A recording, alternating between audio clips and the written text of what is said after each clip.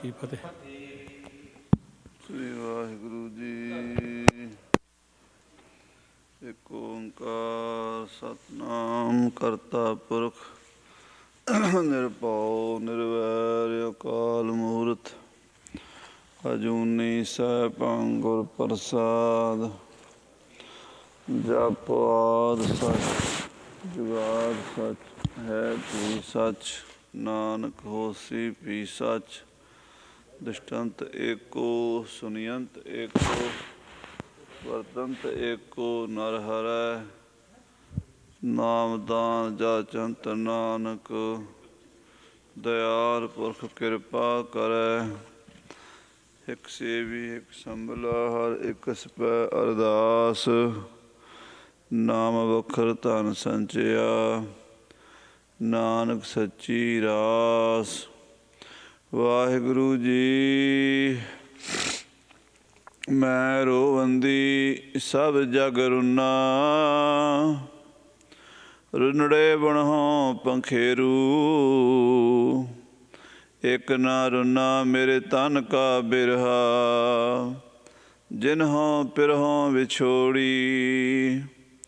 ਸੁਪਨੇ ਆਇਆ ਪੀ ਗਿਆ ਮੈਂ ਜਲ ਭਰਿਆ ਰੋਏ। ਆਏ ਨਾ ਸਕਾਂ ਤੁਝ ਕਨ ਪਿਆਰੇ ਭੇਜ ਨਾ ਸਕਾਂ ਕੋਇ। ਆਓ ਸੁਭਾਗੀ ਨੀਂਦੜੀਏ ਮਤ ਸਹੋ ਦੇਖਾਂ ਸੋਏ। ਤੈਂ ਸਾਹਿਬ ਕੀ ਬਾਤ ਜੇ ਆਖੈ ਕਹੋ ਨਾਨਕ ਕਿਆ ਦੀਜੈ। ਸੀਸ ਵੱਡੇ ਕਰ ਬੈਸਣ ਦੀਜੈ ਵਿਣ ਸਿਰ ਸੇਵ ਕਰੀਜੈ। ਕਿਉ ਨਾ ਮਰੀਜੈ ਜੀਅੜਾ ਨਾ ਦੀਜੈ। ਜਾਂ ਸਹੋ ਭਇਆ ਵਿਡਾਣਾ ਤੈਂ ਸਾਹਿਬ ਕੀ ਬਾਤ ਜੇ ਆਖੈ ਕਹੋ ਨਾਨਕ ਕਿਆ ਦੀਜੈ। ਸੀਸ ਵੱਡੇ ਕਰ ਬੈਸਣ ਦੀਜੈ ਵਿਣ ਸਿਰ ਸੇਵ ਕਰੀਜੈ। ਕਿਉ ਨਾ ਮਰੀਜੈ ਜੀਅੜਾ ਨਾ ਦੀਜੈ। ਜਾਂ ਸੋ ਭਇਆ ਵਿਡਾਣਾ। ਵਾਹਿਗੁਰੂ ਜੀ ਕਾ ਖਾਲਸਾ ਵਾਹਿਗੁਰੂ ਜੀ ਕੀ ਫਤਿਹ। ਪਤਿਤ ਪਾਵਨ ਭਗਤ ਵਛਲ ਕਿਰਪਾ ਨਿਦਾਨ ਸਤਿਗੁਰੂ ਜੀ। ਬਾਣੀ ਗੁਰੂ ਗੁਰੂ ਹੈ ਬਾਣੀ ਵਿੱਚ ਬਾਣੀ ਅੰਮ੍ਰਿਤ ਸਾਰੇ।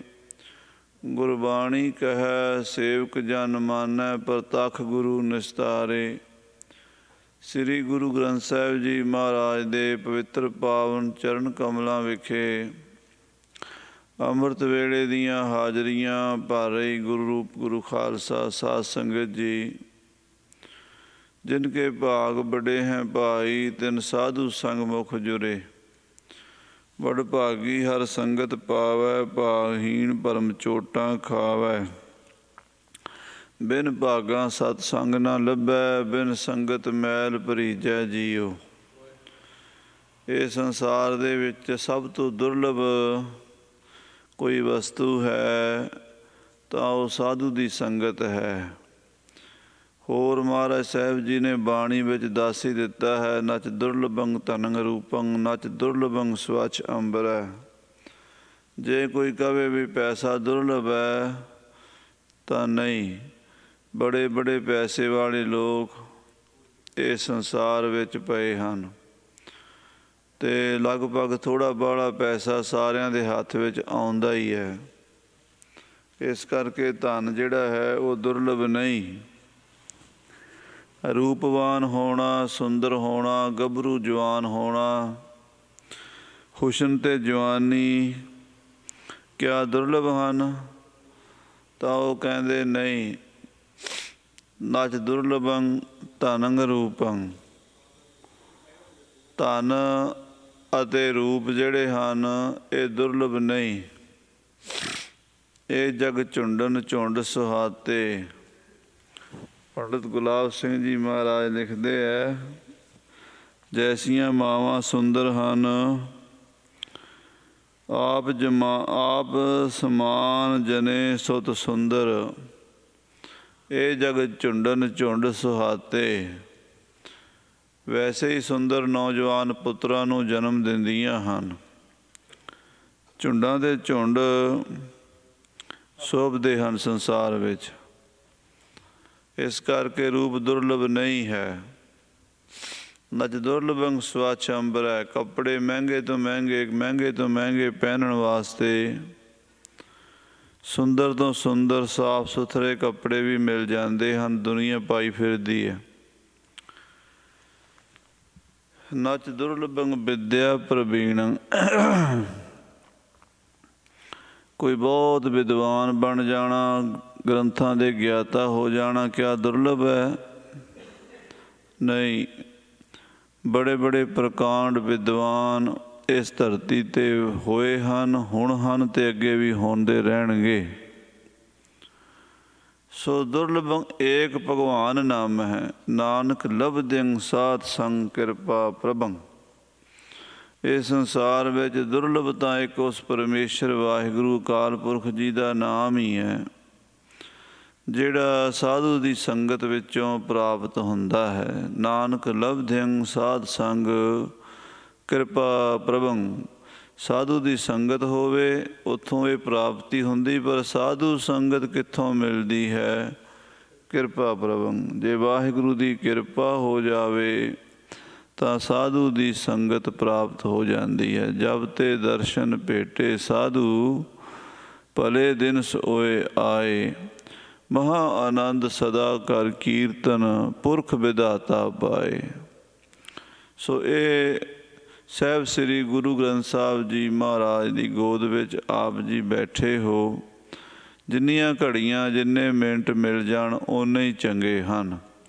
ਸੱਚੇ ਪਾਤਸ਼ਾਹ ਜੀ ਦੇ ਪਾਵਨ ਸ਼ਬਦ ਦੀ ਲੜੀਵਾਰ ਕਥਾ ਚੱਲ ਰਹੀ ਸੀ। ਬੜੇ ਡੂੰਘੇ ਭਾਵ। ਗੁਰੂ ਨਾਨਕ ਕੀ ਬਾਤ ਮੈਂ ਬਾਤ ਮੈਂ ਬਾਤ।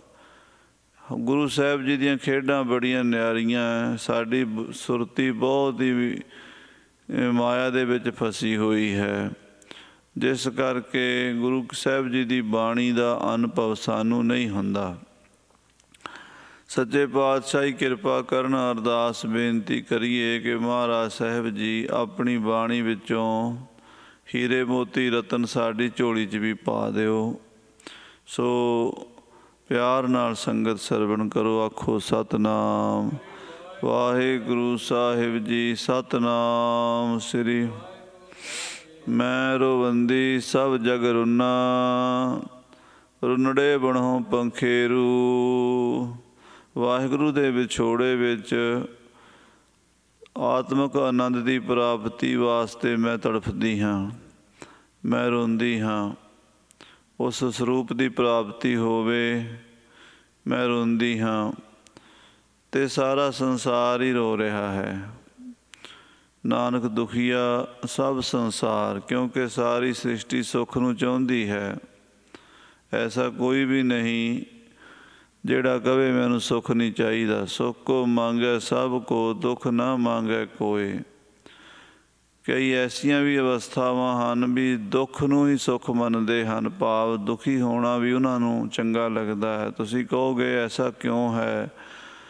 ਉਹਨਾਂ ਨੂੰ ਉਸ ਦੁੱਖ ਵਿੱਚ ਵੀ ਮਾਨਸਿਕ ਸੰਤੁਸ਼ਟੀ ਮਿਲਦੀ ਹੈ, ਸੁੱਖ ਭਾਲਦੇ ਹਨ। ਜਿਵੇਂ ਭਾਈ ਗੁਰਦਾਸ ਜੀ ਕਹਿੰਦੇ, ਅਮਲੀ ਜਾਣੈ ਅਮਲ ਬੁਰੋ, ਤਾਂ ਕਿ ਵਸ ਪਰਿਓ ਛੂਟਿਓ ਨਾ ਜਾਵਈ।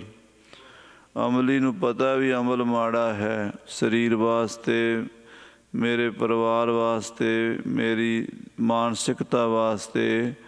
ਪਰ ਅਮਲੀ ਉਹਦੇ ਅਮਲ ਦੇ ਵੱਸ ਪੈ ਜਾਂਦਾ ਹੈ, ਉਹਨੂੰ ਛੱਡ ਨਹੀਂ ਸਕਦਾ। ਉਹਨੂੰ ਉਹਦੇ ਵਿੱਚ ਜ਼ਹਿਰ ਦੇ ਵਿੱਚ ਵੀ, ਉਹ ਜਿਹੜਾ ਜ਼ਹਿਰ ਖਾ ਰਿਹਾ ਹੈ, ਨਸ਼ਾ ਕਰ ਰਿਹਾ ਹੈ, ਉਹਦੇ ਵਿੱਚ ਵੀ ਉਹਨੂੰ ਸੁੱਖ ਲੱਗਦਾ ਹੈ। ਤਾਂ ਕਿ ਵਸ ਪਰਿਓ, ਉਹਦੇ ਵੱਸ 'ਚ ਪੈ ਗਿਆ, ਉਹਦੇ ਅਧੀਨ ਹੋ ਗਿਆ। ਯਾਨੀ ਉਹ ਉਸ ਜ਼ਹਿਰ ਨੂੰ ਵੀ ਸੁੱਖ ਲਈ ਵਰਤ ਰਿਹਾ ਹੈ, ਸੁੱਖ ਲਈ, ਸੁੱਖ ਮਹਿਸੂਸ ਕਰ ਰਿਹਾ ਹੈ।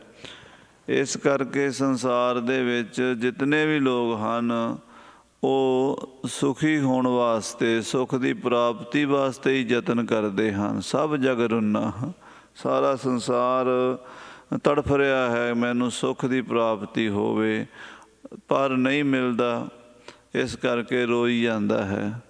ਰੁੰਨੜੇ ਬਣੋ ਪੰਖੇਰੂ, ਉਹ ਪਰਮ ਆਨੰਦ ਅਕਾਲ ਪੁਰਖ ਨੂੰ ਇਹ ਪੰਛੀ ਪਸ਼ੂ ਵੀ ਜਿੰਨੇ ਵੀ ਹਨ ਇਹ ਵੀ ਰੋ ਰਹੇ ਹਨ। ਸੁੱਖ ਦੀ ਪ੍ਰਾਪਤੀ ਤਾਂ ਇਹਨਾਂ ਨੂੰ ਵੀ ਚਾਹੀਦੀ ਹੈ, ਭਾਵੇਂ ਉਹ ਸਰੀਰਕ ਸੁੱਖ ਹੈ ਭਾਵੇਂ ਮਾਨਸਿਕ ਸੁੱਖ ਹੈ, ਪਰ ਸੁੱਖ ਤਾਂ ਚਾਹੀਦਾ। ਦੁੱਖ ਤਾਂ ਪਸ਼ੂ ਪੰਛੀ ਵੀ ਨਹੀਂ ਚਾਹੁੰਦੇ।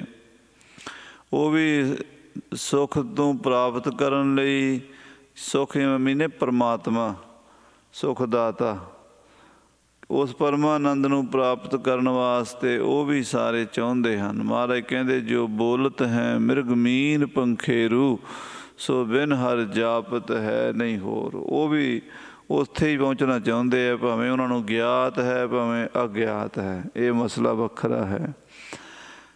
ਪਰ ਸਾਹਿਬ ਜੀ ਅਗਲੀ ਪੰਕਤੀ 'ਚ ਕਹਿੰਦੇ ਇੱਕ ਨਾ ਰੁੰਨਾ ਮੇਰੇ ਤਨ ਕਾ ਬਿਰਹਾ, ਜਿਨਹੋਂ ਪਿਰਹੋਂ ਵਿਛੋੜੀ। ਇੱਕ ਮੇਰਾ ਦੇਹ ਅਧਿਆਸ ਜਿਹੜਾ ਮੈਨੂੰ ਇਸ ਸਰੀਰ ਦੇ ਨਾਲ ਮੋਹ ਪਿਆ ਹੋਇਆ ਜੀਵ ਆਤਮਾ ਨੂੰ, ਉਹ ਨਹੀਂ ਘਟਦਾ। ਮੈਂ ਇਸੇ ਸਰੀਰ ਨੂੰ ਆਪਣਾ ਸਰੂਪ ਸਮਝ ਲਿਆ ਹੈ, ਜਿਸ ਨੇ ਨਹੀਂ ਰਹਿਣਾ, ਜਿਸ ਨੇ ਖਤਮ ਹੋ ਜਾਣਾ, ਜਿਸ ਨੂੰ ਮੈਂ ਛੱਡ ਜਾਣਾ, ਉਹਦੇ ਝੂਠੇ ਸਰੀਰ ਪ੍ਰਤੀ ਮੇਰੀ ਪ੍ਰੀਤ ਜਿਹੜੀ ਹੈ ਉਹ ਘਟੀ ਨਹੀਂ। ਉਹ ਆਕਰਸ਼ਣ, ਅਟੈਚਮੈਂਟ ਦਿਨੋਂ ਦਿਨ ਵੱਧਦੀ ਜਾ ਰਹੀ ਹੈ। ਅਤੇ ਇਹ ਇੱਕ ਨਾ ਰੁੰਨਾ ਮੇਰੇ ਤਨ ਕਾ ਬਿਰਹਾ, ਜਿਨਹੋਂ ਪਿਰਹੋਂ ਵਿਛੋੜੀ। ਜਿਹਨੇ ਮੈਨੂੰ ਤੇਰੇ ਨਾਲੋਂ, ਵਾਹਿਗੁਰੂ ਅਕਾਲ ਪੁਰਖ ਪਰਮੇਸ਼ਰ ਜੀ, ਮੈਨੂੰ ਦੂਰ ਕੀਤਾ ਹੋਇਆ, ਮੈਂ ਆਪਣੇ ਪਤੀ ਪਰਮਾਤਮਾ ਤੋਂ ਵਿਛੜੀ ਹੋਈ ਹਾਂ। ਸੁਪਨੇ ਆਇਆ ਭੀ ਗਿਆ, ਮੈਂ ਜਲ ਭਰਿਆ ਰੋਏ। ਇਸ ਪੰਕਤੀ ਦੀ ਸਭ ਤੋਂ ਸਟੀਕ ਵਿਆਖਿਆ ਸ੍ਰੀ ਗੁਰੂ ਗੋਬਿੰਦ ਸਿੰਘ ਸਾਹਿਬ ਜੀ ਮਹਾਰਾਜ ਨੇ ਕ੍ਰਿਸ਼ਨਾ ਅਵਤਾਰ ਵਿੱਚ ਦਿੱਤੀ ਹੈ। ਬੜੇ ਵਿਸਥਾਰ ਦੇ ਨਾਲ ਮਹਾਰਾਜ ਕਲਗੀਧਰ ਪਾਤਸ਼ਾਹ ਜੀ ਨੇ ਊਖਾ ਦਾ ਜੋ ਪ੍ਰਸੰਗ ਲਿਖਿਆ ਹੈ ਕ੍ਰਿਸ਼ਨਾ ਅਵਤਾਰ ਦੇ ਵਿੱਚ। ਸੰਬਰ ਦੈਂਤ ਦੀ ਪੁੱਤਰੀ, ਬਹੁਤ ਬਲਵਾਨ ਸੀਗਾ ਦੈਂਤ, ਅਤੇ ਆਪਣੇ ਮਹਿਲਾਂ ਦੇ ਵਿੱਚ ਬੜਾ ਸਖਤ ਪਹਿਰਾ ਲਾਇਆ ਹੋਇਆ ਸੀ, ਕਿਉਂਕਿ ਉਸ ਨੂੰ ਇਹ ਪਤਾ ਸੀ ਵੀ ਜਦੋਂ ਕੋਈ ਪੁਰਸ਼ ਆ ਕੇ ਤੇਰੀ ਬੇਟੀ ਨੂੰ ਮਿਲੇਗਾ ਉਦੋਂ ਤੇਰਾ ਰਾਜ ਭਾਗ ਤਪ ਤੇਜ ਖਤਮ ਹੋ ਜਾਵੇਗਾ, ਦੁਸ਼ਮਣ ਤੇਰੇ 'ਤੇ ਹਾਵੀ ਹੋ ਜਾਣਗੇ। ਇਸ ਕਰਕੇ ਉਹਨੇ ਇੱਕ ਐਸਾ ਯੰਤਰਬੱਧ ਝੰਡਾ ਗੱਡਿਆ ਹੋਇਆ ਸੀ ਆਪਣੇ ਮਹਿਲਾਂ ਦੇ ਉੱਤੇ, ਬਈ ਜਦੋਂ ਕੋਈ ਇਹੋ ਜਿਹਾ ਪੁਰਸ਼ ਮੇਰੇ ਮਹਿਲਾਂ ਵਿੱਚ ਆਵੇ ਅਤੇ ਉਹ ਝੰਡਾ ਆਪਣੇ ਆਪ ਗਿਰ ਜਾਵੇ, ਮੈਨੂੰ ਪਤਾ ਲੱਗ ਜਾਵੇ ਬਈ ਮੇਰਾ ਦੁਸ਼ਮਣ ਮੇਰੇ ਮਹਿਲਾਂ 'ਚ ਵੜ ਗਿਆ ਹੈ। ਐਸੀ ਉਹਦੇ ਕੋਲ ਕੋਈ ਤਕਨੀਕ ਸੀ, ਐਸਾ ਉਹ ਮਾਇਆਵੀ ਦੈਂਤ ਸੀ। ਅਤੇ ਉਸ ਦੀ ਬੇਟੀ ਊਖਾ ਜਿਹੜੀ ਸੀ, ਉਹ ਜਦੋਂ ਨੌਜਵਾਨ ਹੋਈ, ਸੁੰਦਰ ਸਰੂਪ ਵਾਲੀ ਔਰ ਵਿਦਿਆਵੰਤੀ ਬਹੁਤ, ਉਸ ਲੜਕੀ ਨੂੰ ਜਵਾਨੀ ਦੀ ਉਮਰ ਦੇ ਵਿੱਚ ਜਿਵੇਂ ਕੋਈ ਸੁਪਨਾ ਆਉਂਦਾ ਹੈ, ਇੱਦਾਂ ਸੁਪਨਾ ਆਇਆ। ਸੁਪਨੇ ਵਿੱਚ ਸ਼੍ਰੀ ਕ੍ਰਿਸ਼ਨ ਜੀ ਮਹਾਰਾਜ ਦੇ ਪੁੱਤਰ ਪ੍ਰਦੁਮਨ ਦੇ ਦਰਸ਼ਨ ਹੋਏ।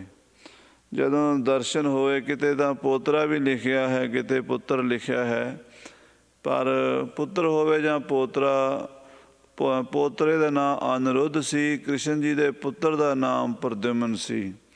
ਸੋ ਅਨਿਰੁੱਧ ਦਿਖਿਆ ਜਾਂ ਪੁੱਤਰ ਦਿਸਿਆ, ਇਹ ਥੋੜ੍ਹਾ ਜਿਹਾ ਵਿਦਵਾਨਾਂ ਦੇ ਵਿੱਚ ਮਤ ਭੇਦ ਹੈ। ਪਰ ਕਹਿੰਦੇ ਜਦੋਂ ਉਹ ਨੌਜਵਾਨ ਦੇ ਦਰਸ਼ਨ ਹੋਏ, ਬਹੁਤ ਹੀ ਮਨ ਨੂੰ ਭਾ ਗਿਆ। ਸੁਪਨੇ ਦੇ ਵਿੱਚ ਐਸੀ ਪ੍ਰੀਤ ਲੱਗ ਗਈ, ਅਤੇ ਹੁਣ ਜਦੋਂ ਅੱਖ ਖੁੱਲ੍ਹੀ ਅਤੇ ਉਹ ਹੁਣ ਕਿੱਥੋਂ ਦਿਸੇ।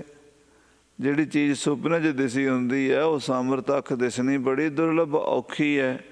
ਪਰ ਉਸ ਨੌਜਵਾਨ ਲੜਕੀ ਨੂੰ ਇਤਨੀ ਜ਼ਿਆਦਾ ਬੇਚੈਨੀ ਹੋ ਗਈ, ਨਾ ਖਾਣਾ ਚੰਗਾ ਲੱਗੇ, ਨਾ ਪੀਣਾ, ਨਾ ਪਹਿਨਣਾ, ਨਾ ਕਿਸੇ ਨਾਲ ਬੋਲਣਾ, ਹਰ ਵੇਲੇ ਮੰਜੇ 'ਤੇ ਪਈ ਰਿਹਾ ਕਰੇ। ਮਾਂ ਬਾਪ ਨੂੰ ਵੀ ਚਿੰਤਾ ਹੋਈ ਵੀ ਇਹ ਕੀ ਹੋ ਗਿਆ। ਉਹ ਕਿਸੇ ਨੂੰ ਦੱਸ ਵੀ ਨਹੀਂ ਸਕਦੀ, ਕਿਉਂਕਿ ਕਈ ਗੱਲਾਂ ਹੁੰਦੀਆਂ ਜਿਹੜੀਆਂ ਇਹੋ ਜਿਹੀ ਅਵਸਥਾ ਦੇ ਵਿੱਚ ਕਿਸੇ ਦੂਸਰੇ ਨੂੰ ਦੱਸਣਾ, ਖਾਸ ਕਰਕੇ ਮਾਂ-ਬਾਪ ਨੂੰ ਵੀ ਔਖਾ ਹੁੰਦਾ ਹੈ। ਅਤੇ ਜਿਹੜਾ ਵੀ ਇਹ ਗੱਲ ਸੁਣੇਗਾ ਉਹ ਵੀ ਹਾਸੀ ਕਰੇਗਾ ਵੀ ਜਿਹੜੀ ਚੀਜ਼ ਤੂੰ ਸੁਪਨੇ 'ਚ ਦੇਖੀ ਹੈ ਉਹ ਤੇਰੇ ਸਾਹਮਣੇ ਤੱਕ ਕਿਵੇਂ ਹੋ ਸਕਦੀ ਹੈ। ਸੋ ਬਾਰ-ਬਾਰ ਉਹਨੂੰ ਪੁੱਛਦੇ ਸੀ ਪਰ ਉਹ ਬੋਲਦੀ ਨਹੀਂ ਸੀ। ਇੱਕ ਉਹਦੀ ਬਹੁਤ ਪਿਆਰੀ ਸਹੇਲੀ ਸੀ ਜਿਸ ਦਾ ਨਾਮ ਚਿੱਤਰਲੇਖਾ ਮਹਾਰਾਜ ਨੇ ਲਿਖਿਆ ਹੈ। ਉਹ ਚਿੱਤਰਲੇਖਾ ਨਾਮ ਦੀ ਸਹੇਲੀ ਨੂੰ ਉਸ ਨੂੰ ਪੁੱਛਿਆ ਵੀ ਤੈਨੂੰ ਹੋ ਕੀ ਗਿਆ, ਨਾ ਤੂੰ ਖਾਂਦੀ ਹੈ, ਨਾ ਪੀਂਦੀ ਹੈ, ਨਾ ਤੈਨੂੰ ਕਿਸੇ ਨਾਲ ਤੂੰ ਗੱਲਬਾਤ ਕਰਦੀ ਹੈ, ਦਿਨੋਂ ਦਿਨ ਸਰੀਰ ਪੀੜਾ ਪੈਂਦਾ ਜਾ ਰਿਹਾ ਹੈ। ਤਾਂ ਜਦੋਂ ਉਹ ਸਹੇਲੀ ਨੇ ਪੁੱਛਿਆ, ਉਹਨੇ ਆਖਿਆ ਵੀ ਦੇਖ ਮੈਂ ਤਾਂ ਤੈਨੂੰ ਦੱਸਾਂਗੀ ਜੇ ਤੂੰ ਮੇਰਾ ਮਸਲਾ ਹੱਲ ਕਰ ਦੇਵੇਂ। ਚਿੱਤਰਲੇਖਾ ਕੋਲ ਸ਼ਕਤੀ ਸੀ ਵੀ ਸੰਸਾਰ ਦੇ ਕਿਸੇ ਵੀ ਵਿਅਕਤੀ ਨੂੰ, ਭਾਵੇਂ ਉਹ ਹਜ਼ਾਰਾਂ ਮੀਲ ਦੂਰ ਬੈਠਾ ਹੋਵੇ, ਉਹਦਾ ਜਿਹੜਾ ਅਕਸ਼ ਹੈ, ਉਹਦਾ ਚਿਹਰਾ ਹੈ, ਉਹਦੀ ਫੋਟੋ ਹੈ, ਉਹ ਉੱਥੇ ਬੈਠੀ ਬੈਠੀ ਬਣਾ ਸਕਦੀ ਸੀ। ਇਹ ਉਸ ਨੂੰ ਪਰਮਾਤਮਾ ਵੱਲੋਂ ਕੋਈ ਐਸੀ ਸ਼ਕਤੀ ਮਿਲੀ ਹੋਈ ਸੀ। ਚਿੱਤਰਲੇਖਾ ਜਦੋਂ ਉਹਨੇ ਆਪਣੀ ਸਹੇਲੀ ਦਾ ਦੁੱਖ ਪੁੱਛਿਆ, ਉਹਨੇ ਉਹਨੂੰ ਦੱਸਿਆ, ਤਾਂ ਚਿੱਤਰਲੇਖਾ ਨੇ ਉਸ ਵੇਲੇ ਸਾਰੀ ਦੁਨੀਆ ਦੇ ਜਿੰਨੇ ਵੀ ਨੌਜਵਾਨ ਸਨ ਉਹਨਾਂ ਦੇ ਖਾ ਕੇ, ਜਿਵੇਂ ਆ ਪੁਲਿਸ ਵਾਲੇ ਨਹੀਂ ਬਣਾ ਲੈਂਦੇ ਸਟੈਚੂ ਜਿਹਾ ਬਣਾ ਕੇ, ਉਹ ਕੋਈ ਬੰਦਾ ਸਕੈਚ ਬਣਾਇਆ ਹੁੰਦਾ, ਉਹ ਕੋਈ ਬੰਦਾ ਗੁੰਮ ਗਿਆ ਹੋਵੇ ਜਾਂ ਬੰਦਾ ਫੜਨਾ ਹੋਵੇ, ਫੋਟੋ ਦੀ ਨਾ ਮਿਲਦੀ ਹੋਵੇ, ਉਹ ਸਕੈਚ ਬਣਾ ਕੇ ਅਤੇ ਉਹ ਕਹਿੰਦੇ ਆ ਬਈ ਉਹ ਅਖਬਾਰਾਂ ਵਿੱਚ ਦੇ ਦਿੰਦੇ ਆ, ਮੀਡੀਆ 'ਚ ਵੀ ਇਹ ਬੰਦਾ ਇਸ ਤਰ੍ਹਾਂ ਦਾ ਬੰਦਾ ਲੱਭੋ। ਉਹ ਸ਼ਕਤੀ ਜਿਹੜੀ ਸੀ ਉਸ ਲੜਕੀ ਕੋਲ ਸੀ। ਇਹ ਵਿੱਦਿਆ ਤਾਂ ਪੁਰਾਣੀਆਂ ਚੱਲੀਆਂ ਹੁੰਦੀਆਂ।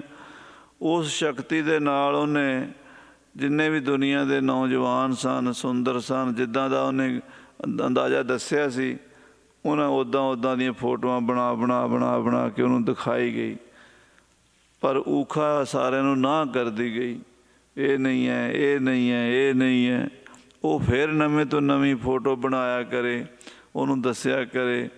ਅਖੀਰ ਇੱਕ ਦਿਨ ਜਦੋਂ ਉਹਦੀ ਵਿੱਦਿਆ ਨੇ ਕੰਮ ਕੀਤਾ, ਕ੍ਰਿਸ਼ਨ ਜੀ ਦੇ ਪੁੱਤਰ ਜਾਂ ਪੋਤਰੇ ਦੀ ਫੋਟੋ ਉਹਨੇ ਉਹਦੇ ਸਾਹਮਣੇ ਕਰ ਦਿੱਤੀ। ਜਦੋਂ ਉਹਨੇ ਆਖਿਆ ਵੀ ਇਹੀ ਹੈ, ਉਹਨੇ ਆਖਿਆ ਫਿਰ ਇੱਦਾਂ ਵੀ ਇਹ ਕਿੱਥੇ ਹੈ। ਹੁਣ ਚਿੱਤਰਲੇਖਾ ਨੇ ਉਹ ਵੀ ਪਤਾ ਕਰਕੇ ਦੱਸਿਆ ਵੀ ਇਹ ਤਾਂ ਜਿਹੜੇ ਦੁਆਰਕਾਧੀਸ਼, ਦੁਆਰਕਾ ਦੇ ਨਾਥ ਭਗਵਾਨ ਕ੍ਰਿਸ਼ਨ ਜੀ ਰਾਜੇ ਹਨ, ਉਹਨਾਂ ਦੇ ਪਰਿਵਾਰ ਦਾ ਬੱਚਾ ਹੈ। ਤਾਂ ਉਸਨੇ ਕ੍ਰਿਸ਼ਨ ਜੀ ਦੇ ਉਸ ਪੁੱਤਰ ਨੂੰ ਸੁਨੇਹਾ ਲਾਇਆ। ਜਦੋਂ ਸੁਨੇਹਾ ਲਾਇਆ, ਉਹੀ ਚਿੱਤਰਲੇਖਾ ਦੇ ਰਾਹੀਂ ਚਿੱਠੀ ਪੱਤਰਕਾ ਵੀ ਤੁਸੀਂ ਮੈਨੂੰ ਆ ਕੇ ਮਿਲੋ ਅਤੇ ਮੈਨੂੰ ਲੈ ਕੇ ਜਾਓ। ਤਾਂ ਜਦੋਂ ਉਹ ਲੈਣ ਵਾਸਤੇ ਉਹਦੇ ਮਹਿਲਾਂ ਵਿੱਚ ਪਹੁੰਚਿਆ, ਉਹਦਾ ਝੰਡਾ ਗਿਰ ਗਿਆ ਸੰਬਰਦਾਨ ਦਾ। ਉਹਨੇ ਉਹਨੂੰ ਘੇਰੇ 'ਚ ਲੈ ਲਿਆ। ਭਗਵਾਨ ਕ੍ਰਿਸ਼ਨ ਜੀ ਮਹਾਰਾਜ, ਉਹਨਾਂ ਨੂੰ ਪਤਾ ਲੱਗਾ ਵੀ ਤੇਰਾ ਇਸ ਤਰ੍ਹਾਂ ਬੱਚਾ ਜਿਹੜਾ ਹੈ ਉਹ ਸੰਬਰਦਾਨ ਦੇ ਘੇਰੇ ਵਿੱਚ ਹੈ। ਮਹਾਰਾਜ ਫੌਜਾਂ ਲੈ ਕੇ ਪਹੁੰਚ ਗਏ, ਯੁੱਧ ਹੋਇਆ, ਉਸ ਨੂੰ ਮਾਰ ਕੇ ਊਖਾ ਦਾ ਵਿਆਹ ਜਿਹੜਾ ਹੈ ਉਹ ਅਨਿਰੁੱਧ ਦੇ ਨਾਲ ਕੀਤਾ। ਸੋ ਉਹ ਇੱਕ ਗੱਲ ਜਿਹੜੀ ਹੈ ਬਾਹਰੋਂ ਸਮਝਾਉਣ ਦੇ ਲਈ ਅੰਦਰਲੀ ਗੱਲ ਮਹਾਰਾਜ ਦਸਵੇਂ ਪਾਤਸ਼ਾਹ ਜੀ ਨੇ ਇਸ ਪੰਕਤੀ ਦੀ ਵਿਆਖਿਆ ਕੀਤੀ ਹੈ ਕਿ ਸੁਪਨੇ ਆਇਆ ਪੀ ਗਿਆ। ਸੁਪਨੇ 'ਚ ਆਇਆ ਵੀ ਸੀ ਅਤੇ ਫਿਰ ਉਹ ਚਲਾ ਗਿਆ ਹੈ।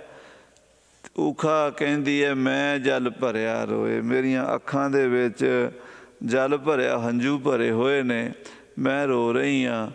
ਆਏ ਨਾ ਸਕਾਂ ਤੁਝ ਕੰਨ ਪਿਆਰੇ, ਹੁਣ ਸੁਪਨੇ ਵਿੱਚ ਮਿਲਿਆ ਹੈ, ਤੇਰੇ ਕੋਲ ਮੈਂ ਆ ਨਹੀਂ ਸਕਦੀ, ਭੇਜ ਨਾ ਸਕਾਂ ਕੋਈ ਭੇਜ ਨਹੀਂ ਸਕਦੀ। ਹਾਲਾਂਕਿ ਉਹਦਾ ਚਿੱਤਰਲੇਖਾ ਨੇ ਉਹਦਾ ਚਿੱਤਰ ਬਣਾ ਦਿੱਤਾ, ਕਿਉਂਕਿ ਉਹ ਮਾਤ ਲੋਕ ਵਿੱਚ ਜਾਗਰਤ ਅਵਸਥਾ ਵਿੱਚ ਜੀਣ ਵਾਲਾ ਵਿਅਕਤੀ ਸੀਗਾ। ਪਰ ਜਿਹੜਾ ਸੂਖਮ ਰੂਪ ਹੈ ਤਿੰਨਾਂ ਅਵਸਥਾ ਤੋਂ ਪਰੇ ਹੈ, ਜਾਗਰਤ ਤੋਂ ਵੀ, ਸੁਪਨ ਤੋਂ ਵੀ, ਸੁਖੋਪਤੀ ਤੋਂ ਵੀ ਪਰੇ ਹੈ, ਉਹਦੇ ਵੱਲ ਕਿਹੜੀ ਸਹੇਲੀ ਭੇਜੀ ਹੈ? ਉਹਦਾ ਤਾਂ ਚਿੱਤਰ ਵੀ ਨਹੀਂ ਬਣ ਸਕਦਾ। ਚੱਕਰ ਚੇ ਨਰ ਵਰਨ ਜਾ ਤਰ ਪਾਤ ਨਹਿਨ ਜਿਹੇ, ਰੂਪ ਰੰਗ ਅਰ ਰੇਖ ਭੇਖ ਕੋਊ ਕਹਿ ਨਾ ਸਕਤ ਕਿਹੇ, ਅਚਲ ਮੂਰਤ ਅਨਭਉ ਪ੍ਰਕਾਸ਼ ਅਮਿਤੋਜ ਕਹਿਜੈ, ਕੋਟ ਇੰਦਰ ਇੰਦਰਾਣ ਸਾਹੇ ਸਾਹਾਨ ਗਣਿਜੈ। ਐਸਾ ਜਿਹੜਾ ਸਰੂਪ ਹੈ, ਹੇ ਵਾਹਿਗੁਰੂ, ਤੇਰੇ ਉਸ ਨਿਰਗੁਣ ਸਰੂਪ ਵੱਲ ਮੈਂ ਆ ਵੀ ਨਹੀਂ ਸਕਦੀ, ਅਤੇ ਕੋਈ ਚਿੱਠੀ ਪੱਤਰ, ਕੋਈ ਸੁੱਖ ਸੁਨੇਹਾ ਮੈਂ ਭੇਜ ਵੀ ਨਹੀਂ ਸਕਦੀ। ਆਓ ਸੁਭਾਗੀ ਨੀਂਦੜੀਏ, ਮਤ ਸਹੁ ਦੇਖਾਂ ਸੋਏ। ਹੁਣ ਮਹਾਰਾਜ ਬੇਨਤੀ ਕਰਦੇ ਨੇ ਕਿ ਉਹ ਸੋਹਣੀ ਨੀਂਦ ਦੁਬਾਰਾ ਆ ਜਾਵੇ। ਉਹ ਜਿਹੜੀ ਸਮਾਧੀ, ਨਿਰਵਿਕਲਪ ਸਮਾਧੀ ਦਾ ਝਲਕਾਰਾ ਮਿਲਿਆ ਸੀ, ਉਹ ਫਿਰ ਕਦੀ ਮਿਲ ਜਾਵੇ, ਉਹ ਘੜੀ ਫਿਰ ਆ ਜਾਵੇ ਕਿ ਮਤਾ ਫਿਰ ਮਹਾਰਾਜ ਨਿਰਵਿਕਲਪ ਸਮਾਧੀ 'ਚ ਦਰਸ਼ਨ ਦੇ ਜਾਣ, ਆਪਣੇ ਸਰੂਪ ਵਿੱਚ ਲੀਨ ਕਰ ਲੈਣ। ਹੁਣ ਇਹਦੇ ਲਈ ਇੱਕੋ ਹੀ ਤਰੀਕਾ ਹੈ, ਆਖੋ ਸਤਿਨਾਮ ਸ੍ਰੀ ਵਾਹਿਗੁਰੂ। ਉਹ ਹੈ ਸਾਧ ਸੰਗਤ, ਕਥਾ ਹੋਵੇ, ਕੀਰਤਨ ਹੋਵੇ, ਉਸ ਪ੍ਰਭੂ ਦੇ ਗੁਣ ਗਾਨ ਉਹਨਾਂ ਮਹਾਂਪੁਰਸ਼ਾਂ ਤੋਂ ਸੁਣਨੇ ਜਿਨ੍ਹਾਂ ਨੇ ਉਹਦੇ ਦਰਸ਼ਨ ਕੀਤੇ ਹਨ। ਤਾਂ ਫਿਰ ਸਾਹਿਬ ਜੀ ਲਿਖਦੇ, ਤੈ ਸਾਹਿਬ ਕੀ ਬਾਤ ਜੇ ਆਖੈ, ਕਹੋ ਨਾਨਕ ਕਿਆ ਦੀਜੈ। ਹੇ ਵਾਹਿਗੁਰੂ, ਹੇ ਮੇਰੇ ਪ੍ਰੀਤਮ, ਹੇ ਮੇਰੇ ਪਿਆਰੇ, ਜਿਵੇਂ ਚਿੱਤਰ ਰੇਖਾ ਨੂੰ ਕਿਹਾ ਸੀ ਨਾ ਊਖਾ ਨੇ ਵੀ ਮੈਨੂੰ ਮੇਰਾ ਮਿੱਤਰ, ਮੇਰਾ ਸੱਜਣ ਮਿਲਾ ਦੇ, ਅਤੇ ਉਹਨੇ ਉਹਨੂੰ ਇਹ ਵੀ ਕਿਹਾ ਸੀ ਵੀ ਜੋ ਤੂੰ ਕਹੇਂਗੀ ਨਾ ਮੈਂ ਤੈਨੂੰ ਉਹੀ ਦੇ ਦਿਆਂਗੀ। ਆਖੋ ਸ੍ਰੀ ਵਾਹਿਗੁਰੂ।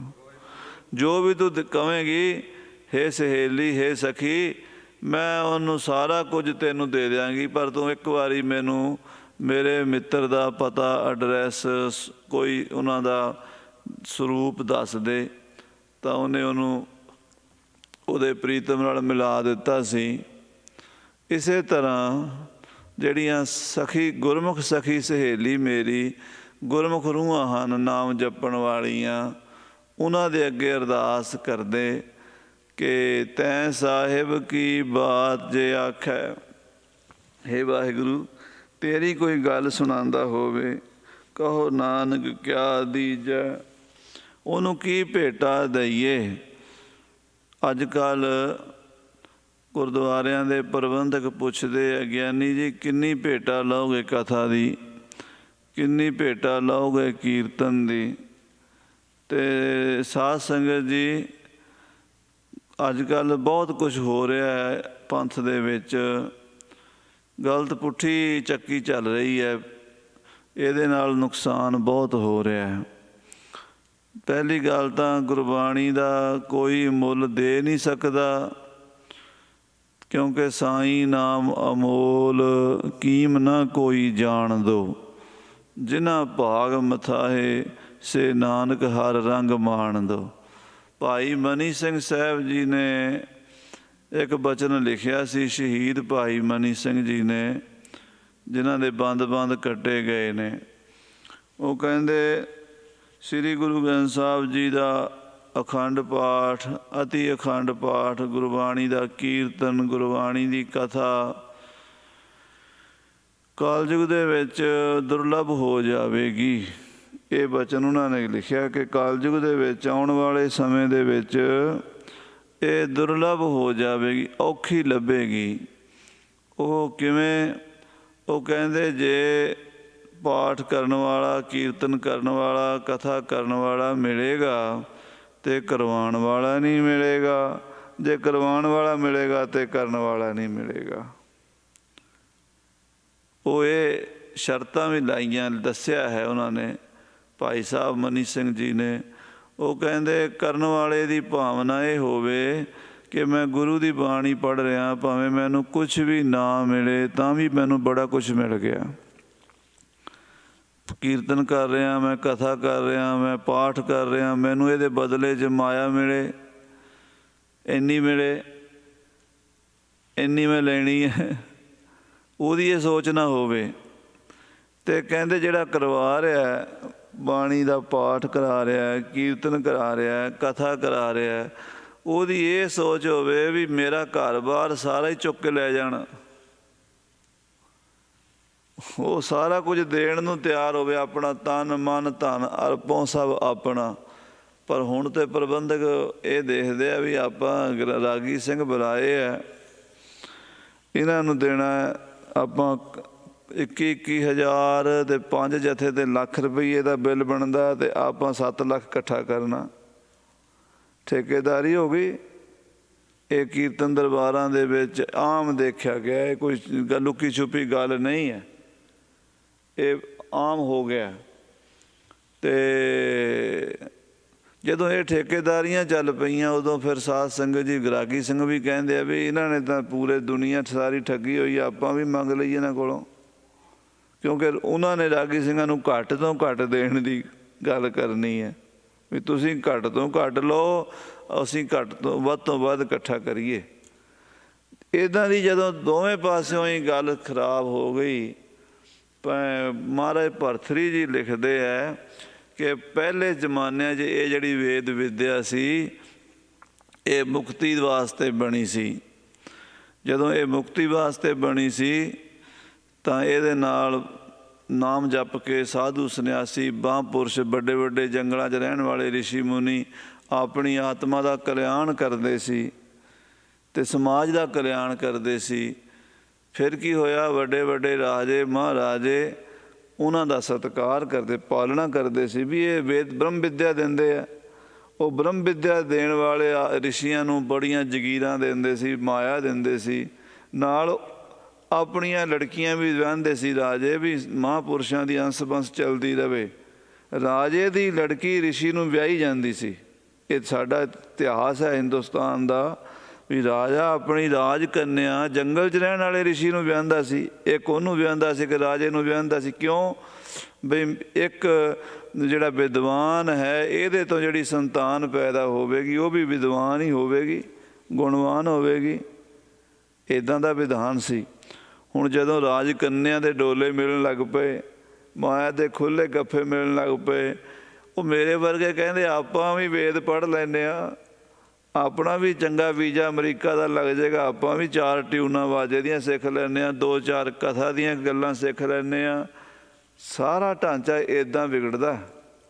ਉਹਨਾਂ ਨੇ ਲਿਖਿਆ, ਭਾਈ ਪੰਡਿਤ ਹਰਦਿਆਲ ਜੀ ਮਹਾਂਪੁਰਸ਼ ਨੇ ਵਿਰਾਗ ਸ਼ਤਕ ਦੇ ਵਿੱਚ, ਕਹਿੰਦੇ ਜਦੋਂ ਰਿਸ਼ੀਆਂ ਨੂੰ ਬਹੁਤ ਖੁੱਲ੍ਹੇ ਗੱਫੇ ਮਿਲਣ ਲੱਗ ਪਏ, ਅਗਲੀ ਜਨਰੇਸ਼ਨ, ਪਹਿਲੀ ਜਨਰੇਸ਼ਨ ਤਾਂ ਬ੍ਰਹਮ ਵਿੱਦਿਆ ਨੂੰ ਪਾ ਕੇ ਚਲੀ ਗਈ ਟਿਕਾਣੇ 'ਤੇ, ਅਗਲੀਆਂ ਪੀੜ੍ਹੀਆਂ ਆਈਆਂ, ਅਗਲੀਆਂ ਪੀੜ੍ਹੀਆਂ ਦਾ ਪ੍ਰਸ਼ਾਦਾ ਪਾਣੀ ਵਧੀਆ ਬਣਿਆ, ਉਹਨਾਂ ਦੀ ਬਿਰਤੀ ਇੱਥੇ ਹੀ ਹੋ ਗਈ ਵੀ ਆਪਾਂ ਇਹ ਵਿੱਦਿਆ ਸਿਰਫ ਅਤੇ ਸਿਰਫ ਰੋਟੀਆਂ ਵਾਸਤੇ ਪੜ੍ਹਨੀ। ਰੋਟੀਆਂ ਕਾਰਨ ਪੂਰਾ ਤਾਲ ਆਪ ਪਛਾੜੈ ਧਰਤੀ ਨਾਲ। ਕਹਿੰਦੇ ਪਹਿਲਾਂ ਤਾਂ ਦਿੰਦੀ ਸੀ ਮੁਕਤੀ, ਫਿਰ ਦਿੰਦੀ ਸੀ ਭੁਗਤੀ। ਕਹਿੰਦੇ ਫਿਰ ਤੀਜਾ ਸਮਾਂ ਆ ਗਿਆ, ਤੀਜਾ ਸਮਾਂ ਆ ਗਿਆ ਵੀ ਮੁਕਤੀ ਵੀ ਗਈ ਅਤੇ ਭੁਗਤੀ ਵੀ ਗਈ, ਅਤੇ ਤਰਲੇ ਕੱਢਣੇ ਪੈ ਗਏ ਵਿਦਵਾਨਾਂ ਨੂੰ, ਕਿਉਂਕਿ ਮਾਇਆ ਧਾਰੀਆਂ ਨੂੰ ਪਤਾ ਲੱਗ ਗਿਆ ਵੀ ਇਹ ਤਾਂ ਵਿੱਦਿਆ ਸਿਰਫ ਪੈਸੇ ਵਾਸਤੇ ਪੜ੍ਹਦੇ ਆ, ਸਾਡੇ ਬੂਹੇ 'ਤੇ ਆ ਕੇ ਸਾਡੀਆਂ ਤਾਰੀਫਾਂ ਕਰ ਦਿੰਦੇ ਆ। ਉਹੀ ਬ੍ਰਾਹਮਣ ਜਿਹੜੇ ਪ੍ਰਮਾਤਮਾ ਦਾ ਜਸ ਕਰਦੇ ਸੀ, ਮਾਇਆ ਧਾਰੀਆਂ ਦੀਆਂ ਸੋਭਾ ਅਤੇ ਵਡਿਆਈਆਂ ਅਤੇ ਤਾਰੀਫਾਂ ਕਰਨ ਲੱਗ ਪਏ। ਅੱਜ ਸਾਡੀ ਬਿਲਕੁਲ ਸੇਮ ਹਾਲਤ ਇਹ ਹੈ। ਜੇ ਕੋਈ ਰਾਗੀ ਸਿੰਘ ਕਥਾਵਾਚਕ ਕੇ ਪ੍ਰਬੰਧਕਾਂ ਦੀ ਚੰਗੀ ਤਾਰੀਫ ਨਾ ਕਰੇ ਤਾਂ ਉਹਨੂੰ ਕੌਣ ਭੇਟਾ ਦੇਵੇ? ਜੇ ਕਥਾਵਾਚਕਾਂ ਨੂੰ, ਰਾਗੀ ਸਿੰਘਾਂ ਨੂੰ ਇੰਨਾ ਕੁਝ ਕਰਨਾ ਪੈਣਾ, ਉਹਨਾਂ ਨੇ ਰੱਬ ਦੀ ਗੱਲ ਥੋੜ੍ਹਾ ਕਰਨੀ ਹੈ, ਉਹਨਾਂ ਨੇ ਤਾਂ ਫਿਰ ਲੋਕਾਂ ਦੀ ਕਰਨੀ ਹੈ, ਕਿਉਂਕਿ ਲੋਕਾਂ ਦਾ ਕੁਝ ਲੈਣਾ। ਇੱਥੇ ਗੱਲ ਬਹੁਤ ਉੱਚੀ ਕਹੀ ਜਾ ਰਹੀ ਹੈ। ਕਹਿੰਦੇ ਤੈਂ ਸਾਹਿਬ ਕੀ ਬਾਤ ਜੇ ਆਖੈ, ਕਹੋ ਨਾਨਕ ਕਿਆ ਦੀਜੈ। ਹੇ ਵਾਹਿਗੁਰੂ, ਜਿਹੜਾ ਤੇਰੀ ਗੱਲ ਆਖੇ ਉਹਨੂੰ ਮੈਂ ਕੀ ਦਿਆਂ। ਕਹਿੰਦੇ ਸੀਸ ਵੱਡੇ ਕਰ ਬੈਸਣ ਦੀਜੈ, ਆਪਣਾ ਸਿਰ ਵੱਢ ਕੇ ਉੱਤੇ ਬਿਠਾਵਾਂ, ਉਹਦੇ ਕੁਰਸੀ ਮੂਹੜੇ ਦੀ ਥਾਂ 'ਤੇ ਬਿਠਾਉਣ ਵਾਸਤੇ ਘਰ ਆਏ ਮਹਾਂਪੁਰਸ਼ਾਂ ਨੂੰ ਅਸੀਂ ਕੋਈ ਮੰਜਾ ਦਿੰਦੇ ਹਾਂ, ਕੋਈ ਪੀੜਾ ਦਿੰਦੇ ਹਾਂ, ਕੋਈ ਸੋਫੇ 'ਤੇ ਬਿਠਾਉਂਦੇ ਹਾਂ ਵੀ ਆਓ ਮਹਾਂਪੁਰਸ਼ੋ ਬੈਠੋ। ਕਹਿੰਦੇ ਉਹ ਪਰਮੇਸ਼ਰ ਦੀ ਗੱਲ ਕਹਿਣ ਵਾਲਿਆਂ ਨੂੰ ਆਪਣਾ ਸਿਰ ਵੱਢ ਕੇ ਉੱਤੇ ਬਿਠਾ ਲਈਏ ਅਤੇ ਵਿਣ ਸਿਰ ਸੇਵ ਕਰੀਜੈ, ਬਿਨਾਂ ਸਿਰ ਦੇ ਕਹਿੰਦੇ ਸੇਵਾ ਕਰੀਏ। ਫਿਰ ਕਹਿਣ ਲੱਗੇ ਕੋਈ ਜ਼ਿਆਦਾ ਮਹਿੰਗਾ ਸੌਦਾ ਨਹੀਂ ਲਾ ਰਹੇ, ਜਰਾ ਥੋੜ੍ਹਾ ਠੀਕ ਠੀਕ ਲਾ ਲਓ। ਕਹਿੰਦੇ ਨਹੀਂ, ਠੀਕ ਹੀ ਹੈ, ਕਿਉਂ ਨਾ ਮਰੀਜੈ, ਕਿਉਂ ਨਾ ਮਰੀਏ, ਜੀੜਾ ਨਾ ਦੀਜੈ, ਕਿਉਂ ਨਾ ਆਪਣੀ ਜਾਨ ਵਾਰ ਦਈਏ। ਜਾਂ ਸੋ ਭਇਆ ਵਿਡਾਣਾ, ਕਿਉਂਕਿ ਜਿਹਨੂੰ ਮਿਲਾਉਣ ਵਾਸਤੇ ਆਏ ਨੇ ਉਹ ਬਹੁਤ ਵਿਡਾਣ ਹੈ, ਅਸਚਰਜ ਹੈ। ਉਹ ਕੋਈ ਐਵੇਂ ਸੌਖਾ ਜਿਹਾ ਪਿਆ ਵੀ ਰਸਤੇ 'ਚ ਚੌਂਕ ਚੁਰਾਹੇ 'ਚ ਖੜਾ ਮਿਲ ਜਾਏਗਾ। ਉਹ ਜਿਹਨੂੰ ਮਿਲਾਉਣ ਵਾਸਤੇ ਤੇਰੇ ਘਰ ਆਏ ਨੇ ਉਹ ਜਿਹੜਾ ਹੈ ਉਹ ਵਿਡਾਣਾ ਹੈ, ਅਸਚਰਜ ਹੈ, ਜਾਂ ਸੋ ਪਿਆ ਵਿਡਾਣਾ। ਇਸ ਕਰਕੇ ਸਤਿਪੁਰਸ਼ਾਂ ਮਹਾਂਪੁਰਸ਼ਾਂ ਦੀ ਜੋ ਮਹਿਮਾ ਗੁਰੂ ਗ੍ਰੰਥ ਸਾਹਿਬ 'ਚ ਕੀਤੀ ਗਈ ਹੈ ਉਹ ਸੰਸਾਰ 'ਚ ਕਿਤੇ ਵੀ ਨਹੀਂ ਮਿਲੇਗੀ। ਬਾਰ ਕੀਤੀ ਗਈ ਹੈ। ਸ਼ਬਦ ਕੀਰਤਨ ਦੇ ਵਿੱਚ ਤੁਸੀਂ ਬਾਣੀ ਪੜ੍ਹੋ, ਸੁਣੋ, ਗੁਰੂ ਗ੍ਰੰਥ ਸਾਹਿਬ ਦਾ ਸਹਿਜ ਪਾਠ ਕਰੋ, ਕੋਈ ਸ਼ਬਦ ਐਸਾ ਹੈ ਜਿੱਥੇ ਸਾਧੂ ਦੀ ਮਹਿਮਾ ਨਾ ਹੋਵੇ। ਕੀਤੀ ਹੈ ਸੱਚੇ ਪਾਤਸ਼ਾਹ ਜੀ ਨੇ ਬਾਰ, ਕਿਉਂਕਿ ਉਹੀ ਉਸ ਪਰਮਾਤਮਾ ਨੂੰ ਮਿਲਾ ਸਕਦੇ ਹਨ, ਹੋਰ ਕੋਈ ਰਸਤਾ ਨਹੀਂ ਹੈ। ਭੁੱਲਾਂ ਚੁੱਕਾਂ ਦੀ ਖਿਮਾ। ਫਤਿਹ ਬੁਲਾਓ। ਵਾਹਿਗੁਰੂ ਜੀ ਕਾ ਖਾਲਸਾ, ਵਾਹਿਗੁਰੂ ਜੀ ਕੀ ਰਾਮ ਕਲੀ ਮਹੱਲਾ ਤੀਜਾ। ਆਨੰਦ ਏਕ ਓੰਕਾਰ ਸਤਿਗੁਰ ਪ੍ਰਸਾਦ। ਆਨੰਦ ਪਿਆ ਮੇਰੀ ਮਾਏ, ਸਤਿਗੁਰੂ ਮੈਂ ਪਾਇਆ, ਸਤਿਗੁਰ ਤਾਂ ਪਾਇਆ। ਸਹਿਜ ਸੇਤੀ ਮਨ ਵਜੀਆਂ ਵਧਾਈਆਂ, ਰਾਗ ਰਤਨ ਪਰਵਾਰ ਭਰੀਆਂ। ਸ਼ਬਦ ਗਾਵਣ ਆਈਆਂ, ਸ਼ਬਦੋ ਤਾਂ ਗਾਵੋ ਹਰੀ ਕੇਰਾ। ਮਨ ਜਿਨੀ ਵਸਾਇਆ, ਕਹਿ ਨਾਨਕ ਆਨੰਦ ਹੋਆ। ਸਤਿਗੁਰੂ ਮੈਂ ਪਾਇਆ। ਏ ਮਨ ਮੇਰਿਆ ਤੂੰ ਸਦਾ ਰਹੋ ਹਰ ਨਾਲੇ, ਹਰ ਨਾਲ ਰਹੋ ਤੂੰ ਮਨ ਮੇਰੇ। ਦੁੱਖ ਸਭ ਵਿਸਾਰਣਾ, ਅੰਗੀਕਾਰ ਉਹ ਕਰੇ ਤੇਰਾ। ਕਾਰਜ ਸਭ ਸਵਾਰਣਾ, ਸਭਨਾ ਗੱਲਾਂ ਸਮਰੱਥ ਸੁਆਮੀ। ਸੋ ਕਿਉ ਮਨੋ ਵਿਸਾਰੇ, ਕਹਿ ਨਾਨਕ ਮਨ ਮੇਰੇ। ਸਦਾ ਰਹੋ ਹਰ ਨਾਲੇ, ਸਾਚੇ ਸਾਹਿਬਾ ਕਿਆ ਨਾਹੀ ਕਰ ਤੇਰਾ। ਘਰ ਤਾਂ ਤੇਰਾ ਸਭ ਕੁਛ ਹੈ, ਜਿਸ ਦੇਹ ਸੋ ਪਾਵੇ। ਸਦਾ ਸਿਵ ਸਲਾਹ ਤੇਰੀ, ਨਾਮ ਮਨ ਵਸਾਵੇ। ਨਾਮ ਜਿਨ ਕੇ ਮਨ ਵਸਿਆ, ਵਾਜੇ ਸ਼ਬਦ ਕਨੇਰੇ। ਕਹਿ ਨਾਨਕ ਸੱਚੇ ਸਾਹਿਬ ਕਿਆ ਨਾਹੀ ਕਰ ਤੇਰਾ।